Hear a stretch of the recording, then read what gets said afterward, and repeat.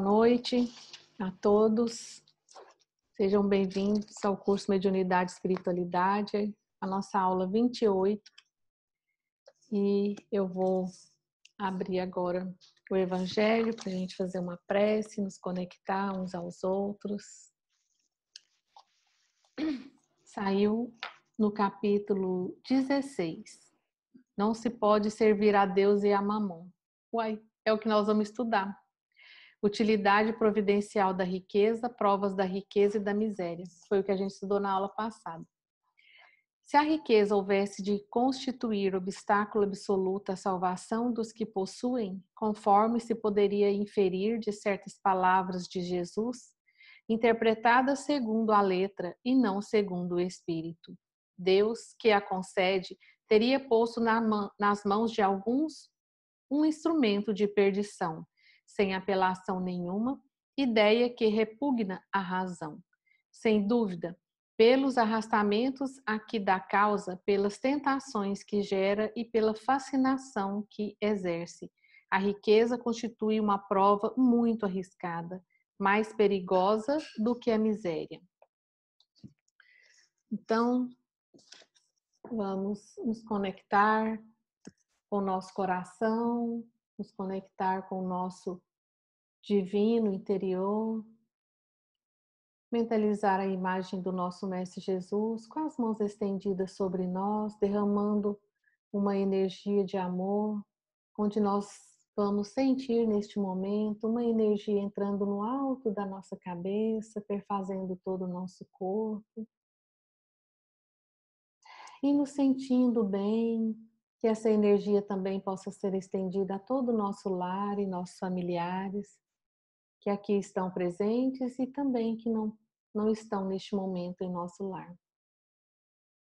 E cada um que for assistir também esse vídeo também possa estar recebendo toda essa energia de amor e que possamos estar conectados uns aos outros, que eu possa ser intuída de estar falando o que é necessário, que nós possamos colocar em prática os ensinamentos do estudo de hoje. Muito obrigada e que assim seja, que Jesus nos abençoe hoje e sempre. Então vamos começar. Vamos trabalhar ainda o capítulo 16, não se pode servir a Deus e a Mamon. Só que a parte ele é um capítulo grande, então nós vamos ver hoje a parte da instrução dos espíritos, que vai falar sobre os itens, a verdadeira propriedade, emprego da riqueza, desprendimento dos bens terrenos, transmissão da riqueza. E no livro dos médiuns, passamos para o capítulo 16, dos médiuns especiais, aptidões especiais dos médiuns, quadro sinóptico das diferentes espécies de médium. Esse capítulo é um capítulo bem grande, então a gente deve ter umas 3 aulas desse capítulo, e hoje nós vamos ver uma parte onde ele vai estar falando sobre os médiums, né, os tipos de mediunidade, que inclusive nós já vimos anteriormente, mas é bom a gente estar reforçando, quanto mais a gente vê, mais a gente consegue gravar e entender. Então vamos lá. Então, na parte do Evangelho segundo o Espiritismo, Instrução dos Espíritos, vai falar sobre a verdadeira propriedade.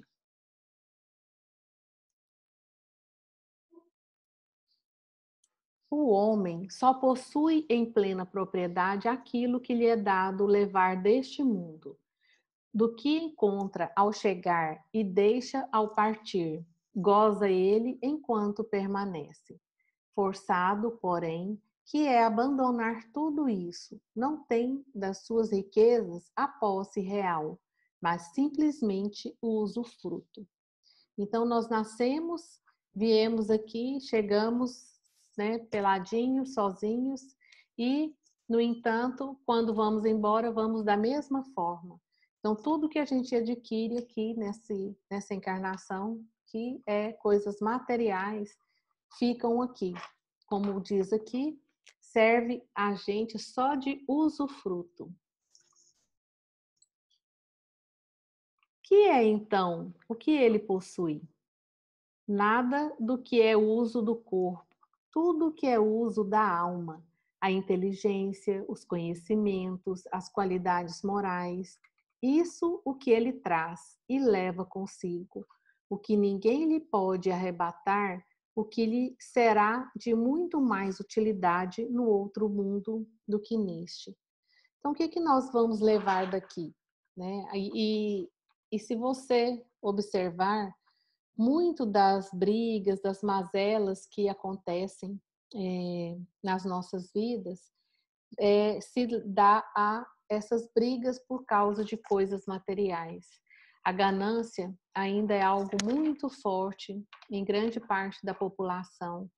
E as pessoas brigam e ficam, às vezes, por causa de herança, né? Brigam com os irmãos, com a família, ficam sem conversar, sendo que daqui cada um, ninguém vai levar nada daqui, né?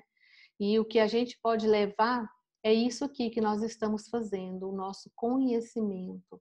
Tudo que você aprende e consegue fazer a sua reforma íntima, é isso que vai te fazer diferente quando partir desta para outro plano, né? Então nós temos que valorizar a questão espiritual, né? Que é o motivo do qual estamos aqui, que é a nossa reforma íntima, a nossa melhora, olhar para si. E o Evangelho é uma grande ferramenta de autoconhecimento. A todo momento, Jesus nos fala para olhar para dentro, cuidar de si para ter condição de cuidar do outro. Então, esse é o convite, é o que ele fala. A verdadeira propriedade está em nossa alma.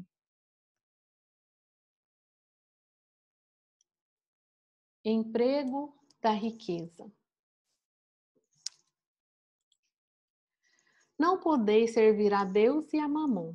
Se, pois, sentis vossa alma dominada pelas cobiças da carne, dai-vos pressa em alijar o jugo que vos oprime, porquanto Deus justo e severo vos dirá: que fizeste, econômo, infiel, dos bens que te confiei? Esse poderoso móvel de boas obras exclusivamente o empregastes na sua satisfação pessoal?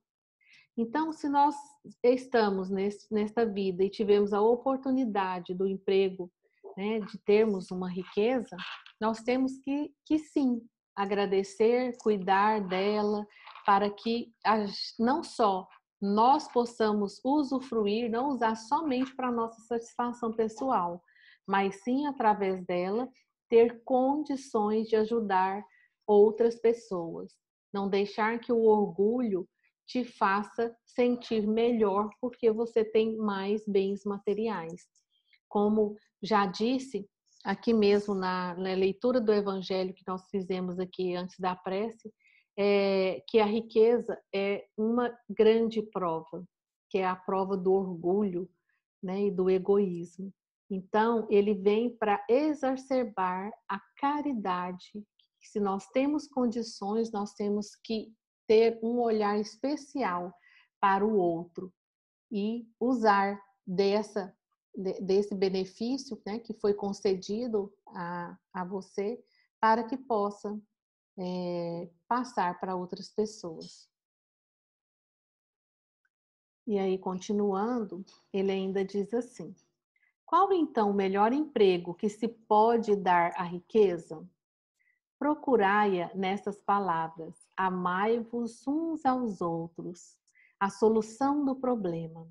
Elas guardam o segredo do bom emprego das riquezas, aquele que se chama animado do amor do próximo, tem aí toda trancada a sua linha de proceder. Na caridade está, para as riquezas, o emprego que mais apraz a Deus. Não nos referimos, é claro, a essa caridade fria e egoísta, que consiste em criatura espalhar ao seu redor, ao seu derredor, o supérfluo de uma existência dourada, referimos-nos à caridade plena de amor, que procura a desgraça e a ergue, sem a humilhar. Rico, dá do que te sobra, faze mais, dá um pouco do que te é necessário, porquanto o de que necessitas ainda é supérfluo, mas dá com sabedoria. Então, até a forma de você dar, fazer uma caridade e doar coisas materiais, você tem que estar na sua humildade. Então, às vezes, a forma que você vai dar algo às pessoas, e se aquela pessoa está numa condição muito humilhante, a forma com que você dá faz toda a diferença. Porque se você dá algo material, mas você olha nos olhos, pega na mão, ou você acolhe e a pessoa se sente valorizada, isso sim vai ter um ganho muito grande para ela, esse bem material que você deu. Agora, se você dá com ostentação, com aquele ar orgulhoso, de superioridade, como se você fosse maior, isso às vezes você acha que está fazendo a caridade, mas na verdade isso passa a ser uma humilhação. Aquilo dói no coração daquela pessoa que está recebendo. Então vamos prestar atenção nas nossas ações, que mesmo que a intenção sua seja fazer a caridade, mas faça com amor, com desprendimento, coloque amor em tudo que você for fazer, que isso é que vai fazer a grande diferença. Desprendimento dos bens terrenos. Venho, meus irmãos, meus amigos, trazer-vos o meu óbolo, a fim de vos ajudar a avançar desassombradamente pela senda do aperfeiçoamento em que entraste. Nós nos devemos uns aos outros, somente pela união sincera e fraternal entre os espíritos e os encarnados será possível a regeneração. Então, nós estamos aqui nesse planeta Terra, passando justamente por essa fase de transformação do planeta, de um planeta de provas e expiações para um planeta de regeneração. O amor aos bens terrenos constitui um dos mais fortes óbices ao vosso adiantamento moral e espiritual.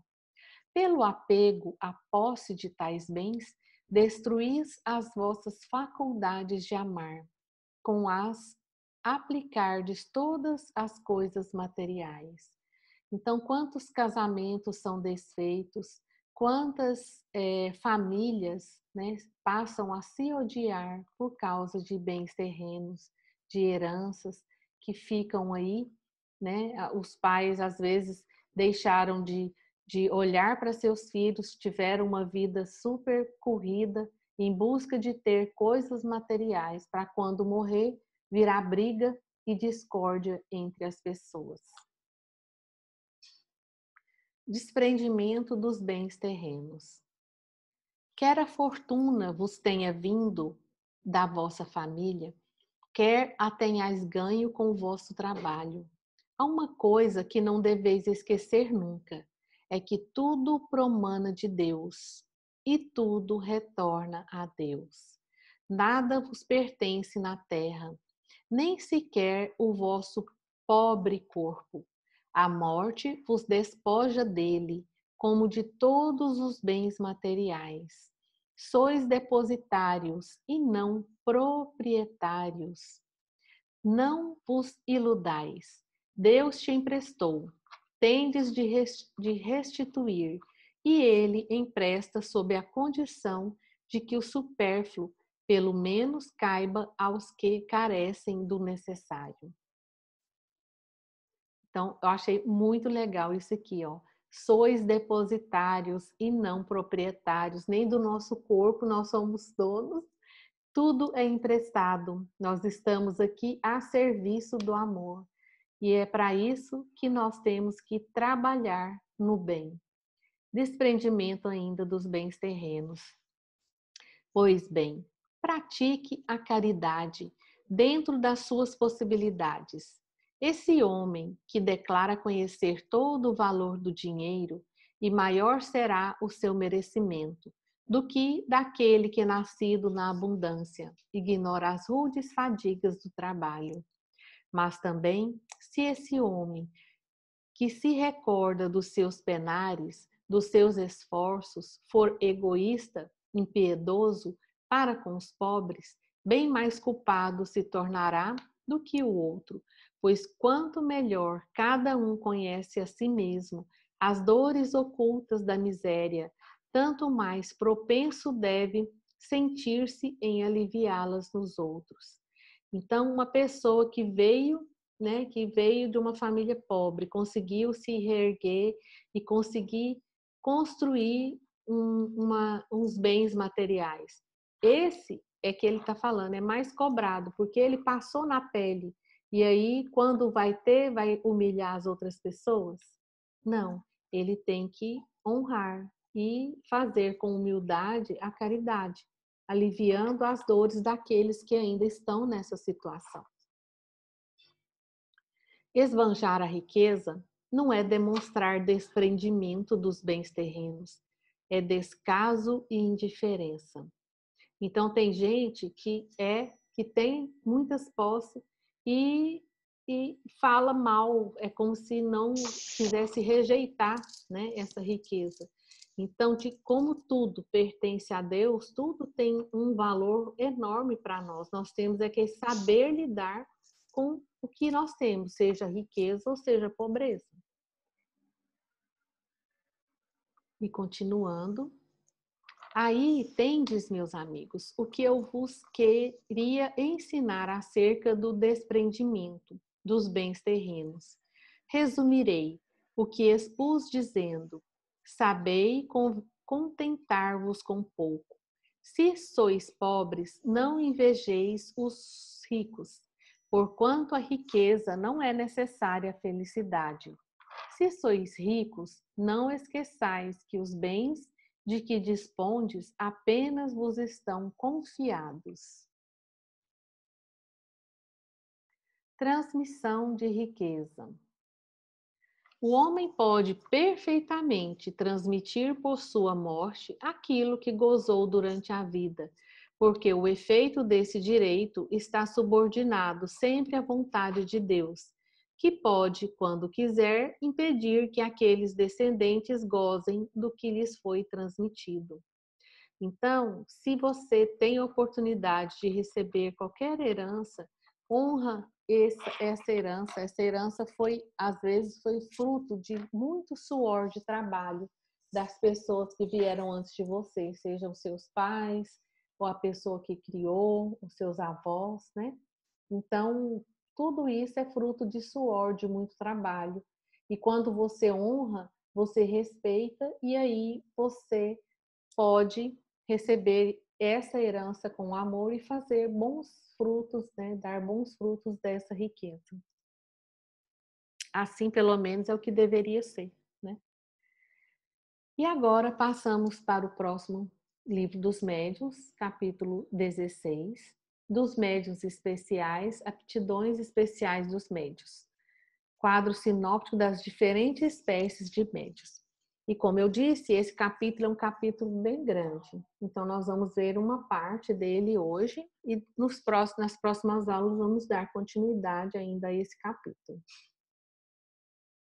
Quadro sinóptico das diferentes espécies de médiuns.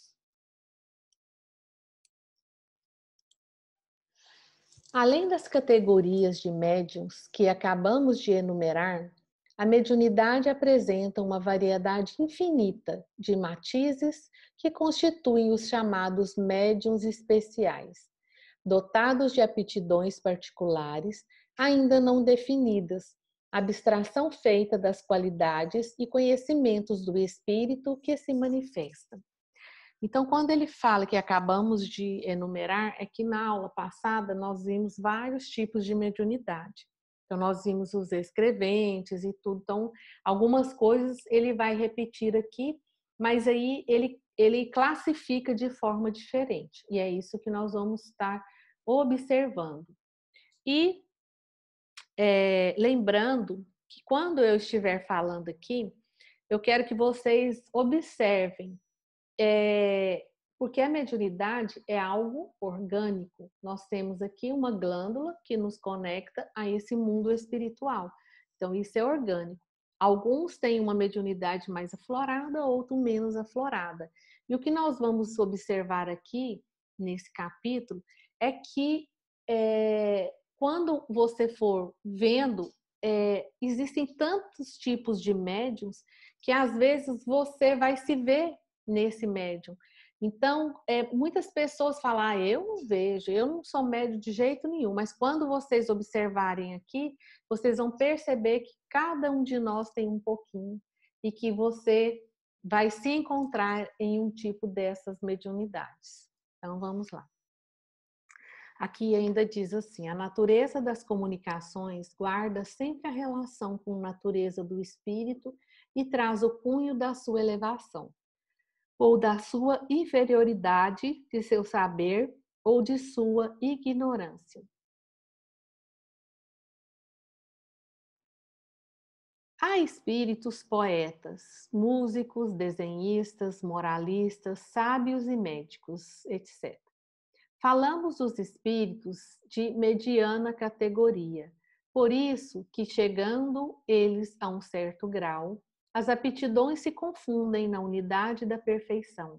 Porém, de par com a aptidão do espírito há a do médium, que é para o primeiro instrumento mais ou menos cômodo, mais ou menos flexível, e do qual descobre eles qualidades particulares que não podemos apreciar. Então, quando ele coloca aqui, ele vai fazer uma comparação. Que os espíritos, quando vão se comunicar através dos médios, eles buscam essa afinidade. Então, se eles são poetas, músicos, desenhistas, e vocês vão observar que muitos desses artistas, né, pessoas que mexem com a arte, eles têm uma mediunidade muito aguçada, sensível, eles são mais sensíveis e muito do que eles produzem vem através da mediunidade. O mesmo se dá com relação aos médiuns, em igualdade de condições quanto às forças mediúnicas.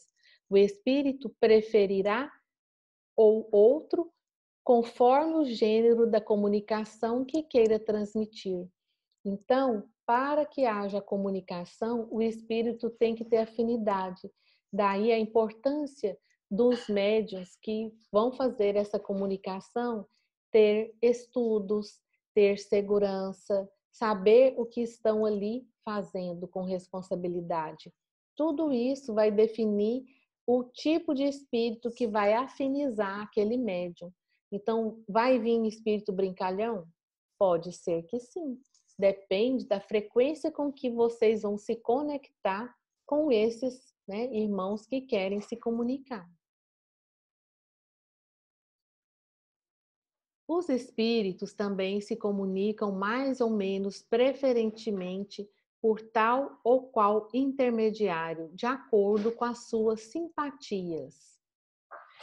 A primeira condição é: não há contestar, certificar-se a pessoa da fonte de onde elas promanam, isto é, das qualidades do espírito que a transmite. Porém, não é menos necessário ter em vista as qualidades do instrumento oferecido ao espírito. Então, eles analisam tanto o espírito que vão entrar em comunicação, quanto o instrumento, que é o médium que vai receber a comunicação. Cumpre, portanto, se estude a natureza do médium, como se estuda a do espírito. Então, nós médios também estamos sendo observados a todo momento para saber que tipo de instrumento você está preparado para oferecer de trabalho, né? Então, porquanto são esses os dois elementos essenciais para a obtenção de um resultado satisfatório. Um terceiro existe que desempenha papel igualmente importante, é a intenção. o pensamento íntimo, o sentimento mais ou menos louvável de quem dirige, de quem interroga. Então, a sintonia do pensamento, o que aquele médium andou pensando durante todo o dia, não só no dia de ir lá fazer o trabalho mediúnico, mas no dia a dia, em que esse médium vem sintonizando, vem pensando, né? Qual é o seu sentimento diário, tudo isso vai influenciar no momento dessa comunicação. E tudo isso é observado pela espiritualidade. Podem dividir-se os médiuns em duas grandes categorias. Os médiuns de efeito físico, os que têm o poder de provocar efeitos materiais ou manifestações ostensivas. Nós já estudamos essa parte de médiuns de efeito físico, que são os médiuns que possuem uma energia chamada ectoplasma, que é uma energia anímica, de grande quantidade. E os espíritos vão manipular esses fluidos junto com os fluidos do espírito e vão conseguir provocar esses efeitos, que são os efeitos de transporte de materiais, são esses efeitos da mesa girante, né, que acontecia lá no comecinho, quando Kardec estava começando os estudos, né, dos médiuns. Então, esses são os médiuns de efeito físico. Para que ocorra esse tipo de manifestação, é necessário que naquele ambiente tenha um tipo de pessoa ou um tipo de médium que tenha esse tipo de mediunidade chamado efeito físico. E médium de efeitos intelectuais, os que são mais aptos a receber e a transmitir comunicações inteligentes. Então, nós temos esse outro tipo de médios aqui, que são os médios que vão receber a informação da psicografia, eles vão receber a informação da fala, e isso nós observamos na aula anterior, que nós temos aqui um chakra humeral, que é onde ele vai, né? Então, quando vai passar, o espírito vai passar a comunicação, é através desse chakra aqui. Então, se ele passa diretamente para o chakra, é um médium inconsciente, onde o médium vai passar uma psicografia sem ter a consciência do que está escrevendo. Agora, ele pode muito bem passar para os médios, né, os médios chamados semiconscientes. Então, eles vão passar a energia aqui para o nosso frontal, né, e também aqui para o humeral. Aí a pessoa consegue perceber, mas ele não tem o controle da mão. Ele só consegue entender que está sendo passada a mensagem, mas a mão é que vai escrever mecanicamente. E tem os médios conscientes, né, só relembrando, que são aqueles onde a comunicação vem diretamente aqui para o frontal e o médium vai receber a mensagem e ele vai escrever, né, conscientemente aquela mensagem. Então, esses são os médiuns de efeitos intelectuais. Espécies comuns a todos os gêneros de mediunidade. Então, nós temos aí os médios sensitivos, pessoas suscetíveis de sentir a presença dos espíritos por uma impressão geral ou local, vaga ou material. Agora, a maioria dessas pessoas distingue os espíritos bons dos maus pela natureza da impressão. Então, médio sensitivo, praticamente todos nós somos. Todos nós, alguma vez na vida, tivemos alguma percepção de ouvir, de sentir um cheiro, de sentir presença de alguma coisa que você às vezes... Gente, parece que tinha uma pessoa aqui do lado. Né? Então, tudo isso é sensação. E que são chamados esses médios sensitivos. Às vezes pode ser uma coisa bem vaga, assim, um sentimento que, nossa, hoje eu estou sentindo que parece que a minha avó está aqui do lado aqui, nossa, hoje eu pensei tanto nela e eu não sei, parece que eu estou sentindo a pessoa aqui do meu lado. Isso são os médios sensitivos.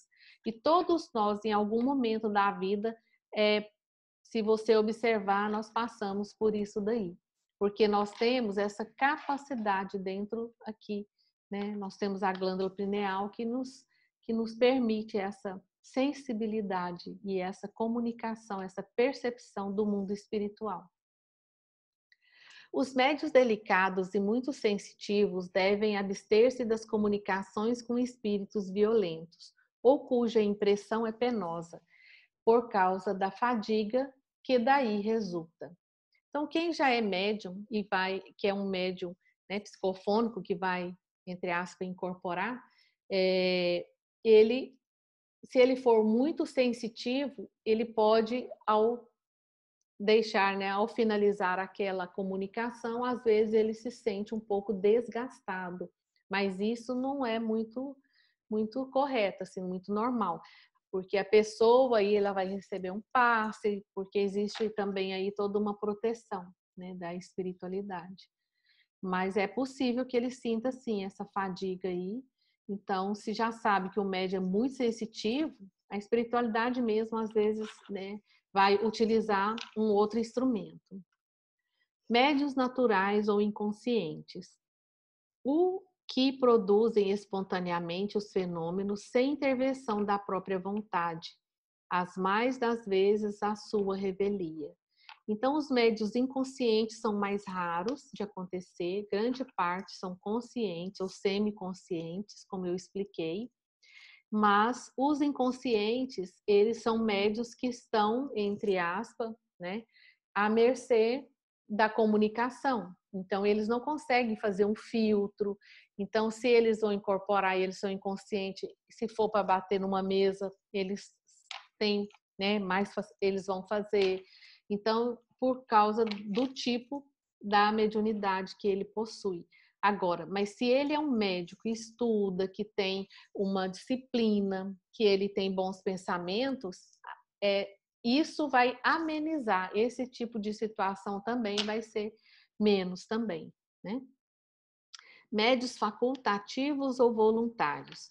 Os que têm o poder de provocar os fenômenos por ato da própria vontade. Aqui vem aqueles médios de invocação, né? Que às vezes sabe que a pessoa tem uma mediunidade, eles tentam invocar o espírito para que ele possa vir, que ele possa fazer, mas nada disso é coisa segura. Então, aqui mesmo já vai falar assim, ó, qualquer que seja essa vontade, eles nada podem, se os espíritos se recusam, o que prova a intervenção de uma força estranha. Então, é melhor que nós deixemos que a comunicação flua da forma que tem que ser e não ficar invocando espíritos naquela hora e, né, tentando forçar uma comunicação. Variedades especiais para os efeitos físicos. Os médios tipitólogos, aqueles pela influência dos quais se produzem os ruídos, as pancadas, variedade muito comum, com ou intervenção da vontade. Então, esses médios aqui são aqueles médios que Kardec começou a sua história de contar os médios através das mesas girantes, através daquela escrita que utilizava um aparelho, né? E aí, esses médios aqui são os médios de efeito físico, que precisava de usar, né, da manipulação de fluidos para que objetos pudessem, né, receber pancadas, e ali eles colocavam o alfabeto e fazia comunicação. Então, são esses médiums aqui, que são os médios de efeito físico. Médios motores, os que produzem o movimento dos corpos inertes, muito comuns. Então, nós estamos falando dos médios de efeito físico, que são esses médios que conseguem mover, né, um copo de um lado para o outro, ou às vezes uma cadeira move a cadeira sozinha, né? Então, são esses médios. Médios de translações e de suspensões, os que produzem a translação aérea e a suspensão dos corpos inertes no espaço, sem ponto de apoio. Entre eles, há os que podem elevar-se a si mesmo, mais ou menos raros, conforme a amplitude do fenômeno, muitos raros no último caso. Então, isso aqui acontecia mais antigamente, quando precisava de chamar a atenção, né, das pessoas para um fenômeno. Então, tinha que produzir um fenômeno para que as pessoas pudessem olhar e tentar entender, porque até então eles nem conseguiam acreditar que existia espírito e que a vida era uma continuidade, né? Então, esses médios de translação são objetos que conseguem voar.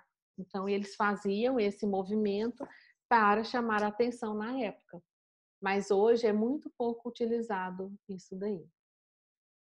Médios de efeitos musicais provocam a execução de composições em certos instrumentos de música, sem contato com estes, muito raros. Então, um médium está na sala e tem um piano ali, e o piano começa a tocar sozinho. Então, isso é um médium de efeito físico musical. Então, é muito raro de acontecer, mas na época foi necessário acontecer para que as pessoas pudessem acreditar em algo maior que não fosse aqui a matéria. Variedades especiais ainda desses efeitos físicos. Médio de aparições. Os que podem provocar aparições fluídicas ou tangíveis, visíveis para os assistentes. Muito excepcionais, muito mais raro ainda é esse médio aqui. Mas para quem assistiu às aulas anteriores, nós falamos dessas aparições. E Kardec perguntou ao espírito como que ele conseguia fazer aparecer esses materiais. Então, eles conseguiam deslocar material de uma sala para outra, e aí aparecia aquele objeto, né? Mas é algo muito raro de acontecer. Mas, através da manipulação de fluidos, hoje, através do estudo da energia quântica, a gente consegue entender que isso é possível de ser feito. Médios de transporte. Os que podem servir de auxiliares aos espíritos para o transporte de objetos materiais. Variedade dos médios motores e de translações excepcionais, também muito raros. Aqui nessa fotinha, ó, ele mostra a nossa glândula pineal, que todos nós médios temos, e que essa glândula é a glândula que permite essa possibilidade de comunicação com o mundo espiritual. Variedades especiais para os efeitos físicos, médios noturnos, os que só na obscuridade obtêm certos efeitos físicos. Isso aqui é muito raro. Eram, assim, médios que só se tivesse na noite e se a sala tivesse escura é que poderia acontecer a manifestação. Médios pneumatógrafos, os que obtêm a escrita direta, fenômeno muito raro e, sobretudo, muito fácil de ser imitado pelos trapaceiros, porque como eles utilizavam um objeto, então era mais fácil de ser manipulado aquilo ali, né? Mas também muito pouco usado, foi mesmo só para poder mostrar para as pessoas. Médiuns curadores, os que têm o poder de curar ou de aliviar o doente, pela só imposição das mãos ou pela prece. Muitos de nós temos essa mediunidade de médiuns curadores. Essa faculdade não é essencialmente mediúnica, possuem-na todos os verdadeiros crentes, sejam médios ou não.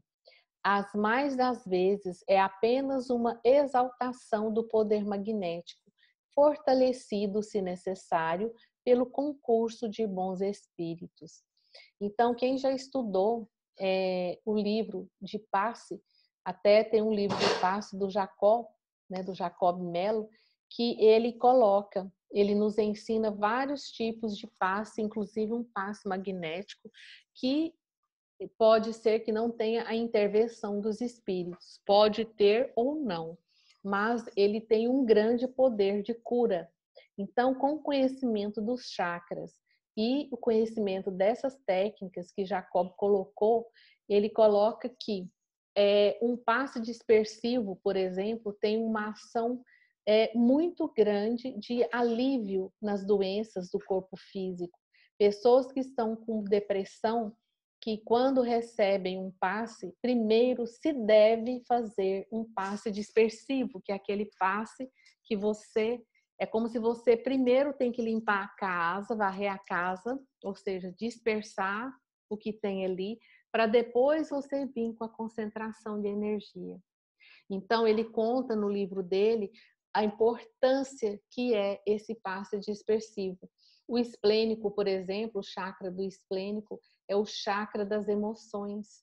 E através do esplênico, se você aplicar um passe magnético ou um reiki ou um passe mais dispersivo primeiro, limpando e depois concentrando, você cura a depressão das pessoas somente através do passe.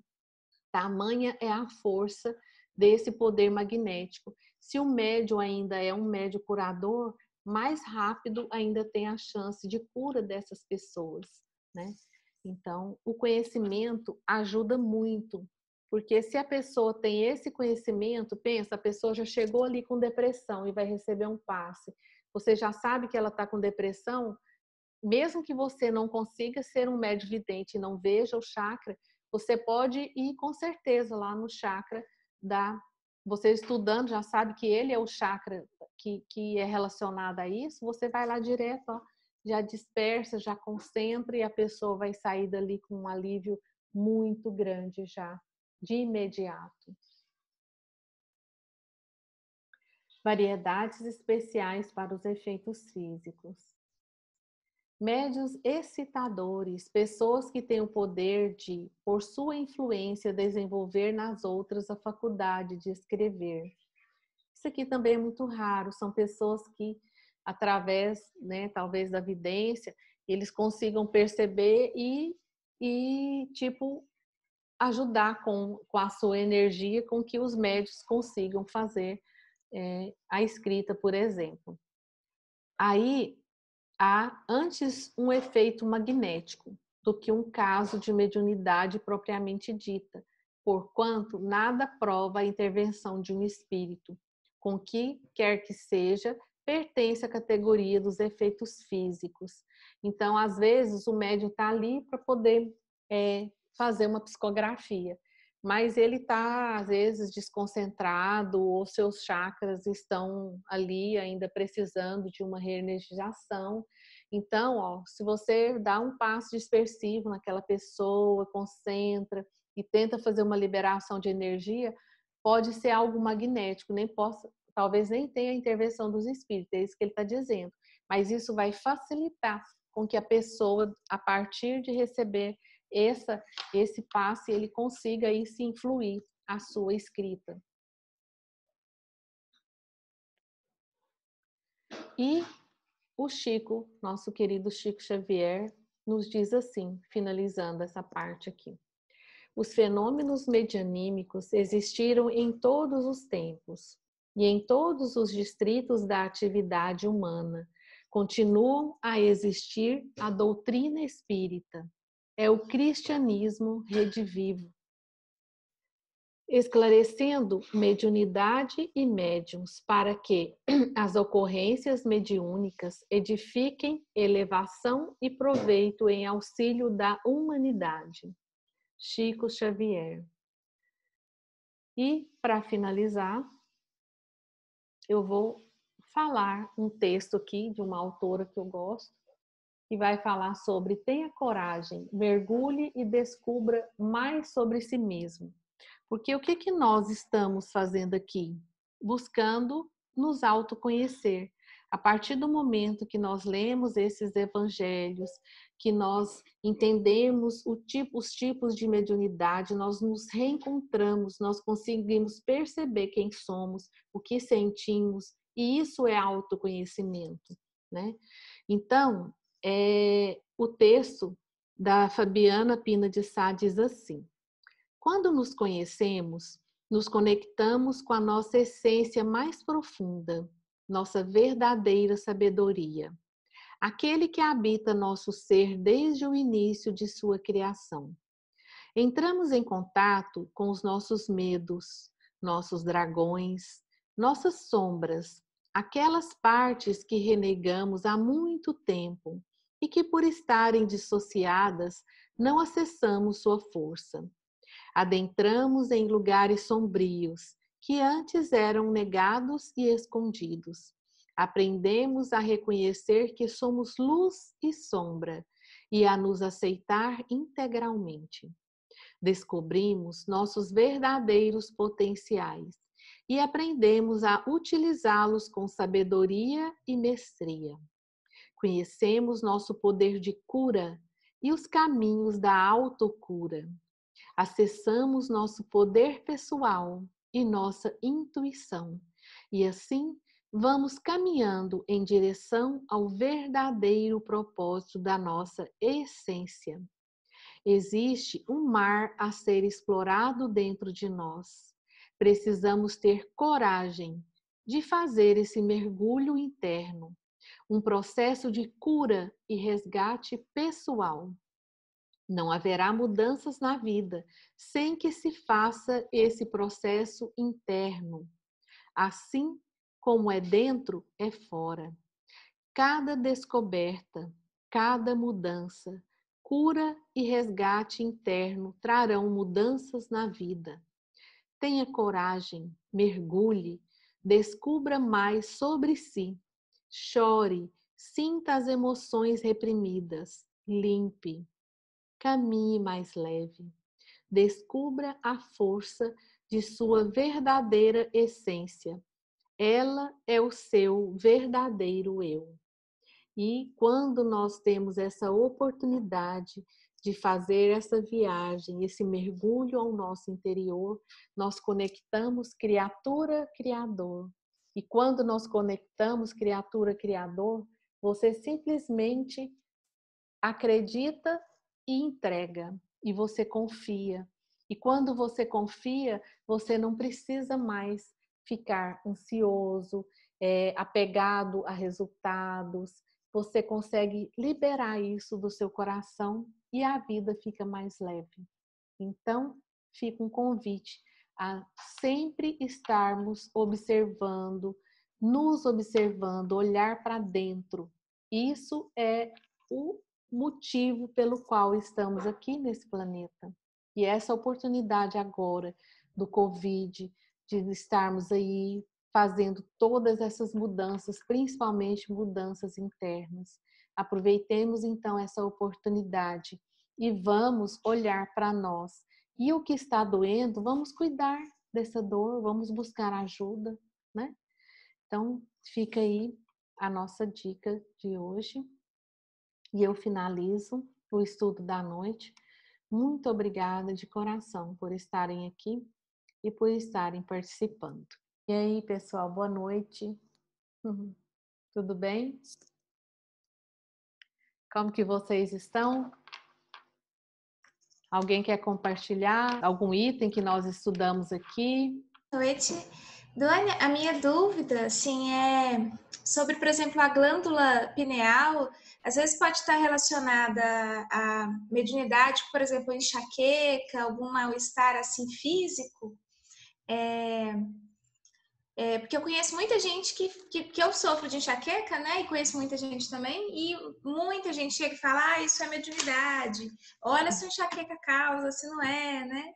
E eu vi uma palestra esses dias, uma aluna, que inclusive ela que fala bastante isso, ela me mandou, achei bastante interessante, depois vou compartilhar no grupo, que é uma palestra falando sobre a glândula pineal, né? Um médico, o Dr. Sérgio, mostrando assim do lado científico mesmo, né? Que ele pegou, ele fez toda uma pesquisa, a pegar a glândula, fazer os cortes, mostrar a diferença e a relação com o pessoal, né, os transtornos, né, com a mediunidade e os transtornos até psiquiátricos. Eu achei bem legal. E eu fiquei muito assim na dúvida também, assim, será que realmente tem essa relação da glândula com a dor? Entendi. Olha, pode ser que sim. O que que acontece? Como você disse, existe esse estudo e já foi comprovado através da ciência. Eles já colocaram pessoas com transe mediúnico e colocaram aparelhos na pessoa e observou que essa glândula ela fica mais alterada quando a pessoa está nesse transe. E assim, quando nós vamos tratar as pessoas, acontece sim de pessoas que estão com grandes problemas de enxaqueca, que essa glândula fica alterada. E quando a pessoa recebe um tratamento espiritual, que essa glândula é tratada, a pessoa consegue obter um certo alívio, sim. Agora, nada é uma regra, nada é assim. Toda enxaqueca vai ser problema mediúnico, não é assim, né? Mas existe sim essa possibilidade, né? E no caso, a pessoa teria que fazer um tratamento. Então, assim, a pessoa já foi em vários médicos, já fez exame e não consegue saber o porquê dessa enxaqueca, né? Então, aí você vai procurar.